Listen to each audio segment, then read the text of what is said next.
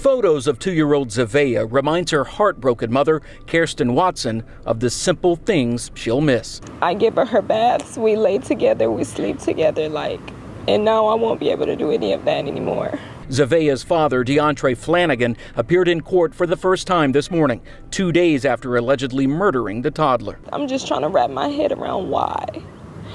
How could you do this to your little girl? It happened, prosecutors say, after Flanagan got the girl from daycare, confronted Watson, who works at this Walmart, then snatched her phone. He later led deputies on a 45-minute chase with Zavea unrestrained while allegedly FaceTiming Watson and Zavea's grandfather, showing the girl being assaulted as they tried to reason with him. I know in her mind she probably was just wondering, what did I do? What are you doing this to me for? I love you. Why are you hurting me? Curtis Watson was hopeful things might end peacefully. But then he showed me the lifeless corpse of my granddaughter. I wouldn't wish that on anyone. All I was trying to do was provide for my daughter and move on, and I guess he just didn't want that. Didn't want that for us. So.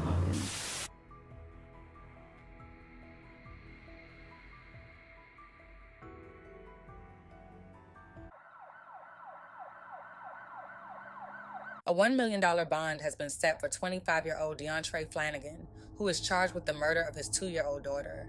The tragic incident occurred on March 20th, 2023, after Flanagan picked up his daughter from daycare and led police on a high-speed chase that ended in a standoff in northwest Harris County. During the pursuit, the toddler's mother, Kirsten Watson, watched her daughter's final moments unfold via FaceTime, witnessing Flanagan choking the toddler as she gasped for air. Watson desperately pleaded with him to stop, but he ignored her cries. The chase ended when Flanagan crashed into other vehicles and stopped in a field, prompting a SWAT team standoff. After about 20 minutes, authorities moved in, rescued the toddler from the vehicle, and rushed her to the hospital, where she later died. Charging documents revealed that Flanagan had beaten and choked his daughter to death. Watson is deeply frustrated by the delayed response of law enforcement. She repeatedly urged officers to act, showing them the FaceTime footage of the abuse, but they hesitated, citing the need to prepare. Watson believes that if authorities had acted sooner, her daughter might have been saved. The Harris County Sheriff's Office has launched an internal investigation to assess whether procedures were followed during the standoff and to improve future coordination between agencies. In the days leading up to the murder, Watson had warned police about Flanagan's threats to their daughter. She had called authorities twice, on March 15th for a terroristic threat and again on March 19th for telephone harassment, but was told there was insufficient evidence to take further action. Watson claims she had text messages proving Flanagan had threatened to harm her daughter, yet she feels the police dismissed her concerns because Flanagan was the child's father. Flanagan's criminal history dates back to 2017, including charges for evading arrest, assaulting a family member, and criminal mischief for driving into someone's home. Despite these prior offenses, Watson feels the police failed to take her warnings seriously, which she believes contributed to the tragic loss of her daughter. On January 10th of 2025, DeAndre Flanagan was convicted of capital murder in connection with the death of his 2-year-old daughter. The verdict came after jurors deliberated for several hours during his trial in downtown Houston.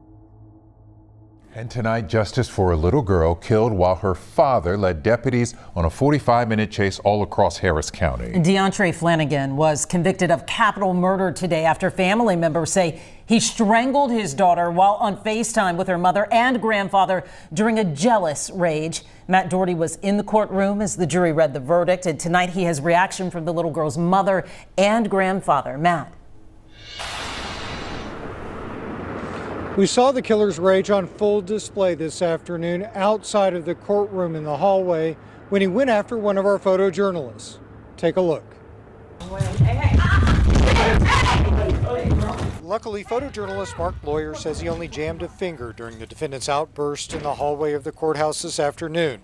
Although DeAndre Flanagan's ankles were shackled by leg irons, his hands were allowed to be free during the trial so as not to prejudice the jury. Nonetheless, it took jurors less than 2 hours to convict Flanagan, finding him guilty of killing his 2-year-old daughter. And I told him that he's going to spend the rest of his life in prison, which that's where he's going to be. Curtis Watson says he always tried to give Flanagan the benefit of the doubt when he was dating his daughter, Kirsten. Later, the couple had a baby girl, Zavia.